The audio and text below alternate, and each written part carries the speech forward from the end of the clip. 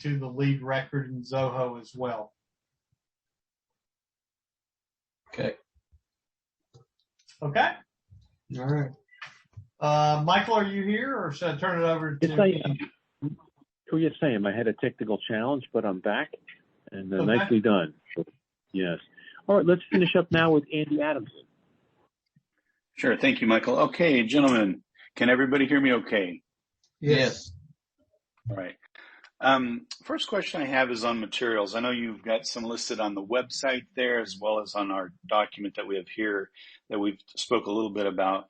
How many different types of materials do you use or are used that you can use, I guess, for injection molding? Hundreds.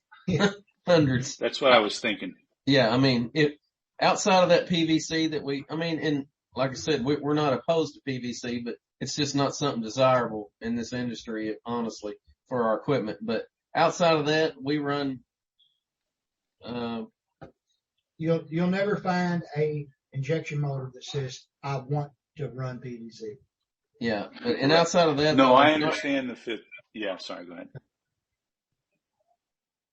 I'm sorry, go ahead, Jason. So today we probably run 30 different types of material. Yeah, well, and probably more than that, 30 of the main ones. There's so many. Let me ask this. Let me ask this. I was looking online. That's why I asked it, as I definitely saw the hundreds that you mentioned. Let me ask this. What are going to be like is there a top 3 or 5 that are just 80 or 90% of your business, or that's not even the case? ABS, polypropylene, polystyrene, nylon, Some polycarb. Yeah, polycarbonate. Yeah, we do some acetal. And then there's all these different variations from those that can. Hundreds of them. Yeah, I mean, some glass filled nylon, some, that's a big thing now is this glass filled nylon. Okay. No, that's a great starting point. These are going to be the ones that our team's going to run into the most. And that's what I wanted. That's mainly what I wanted to narrow down on that. So if you want to add to that, let me know. Otherwise, I think that's a great place to start. That's going to take care of, most of their calls, I think, if they're asking the question, right? Yeah. All right. Very good. All right. Also, do you have, for prototyping, do you guys do 3D printing? We have someone that does it. Okay. All right. And then in your industry, what type of a product is typical or most common, and at what point to transition from some other type of manufacturing where the cost structure says, okay, now it's time to get a mold and move this to injection molding? Can you ask that question one more time? You meaning like moving from like a metal, like aluminum to plastic or something like that?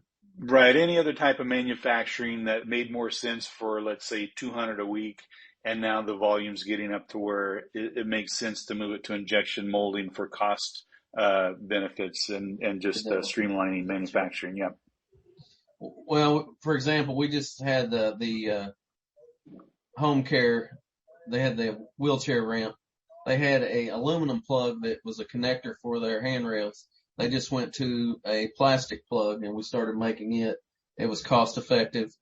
And so, I mean, there's always an avenue for that in depending on, like you said, volume and the application.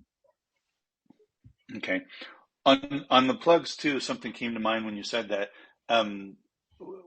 You have several different products or materials that you can mold that would be considered UV safe or UV resistant or whatever the correct term would be?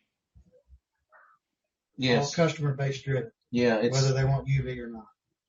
Right. Is this something you add in, or what? Is there something specific we're going to hear about for UV that I should know about? I mean, if the product's going to be outside, they're going to probably want a higher UV rating, and we can get that material made up from our supplier and have the UV protection put in it. and it does affect the processing a little bit when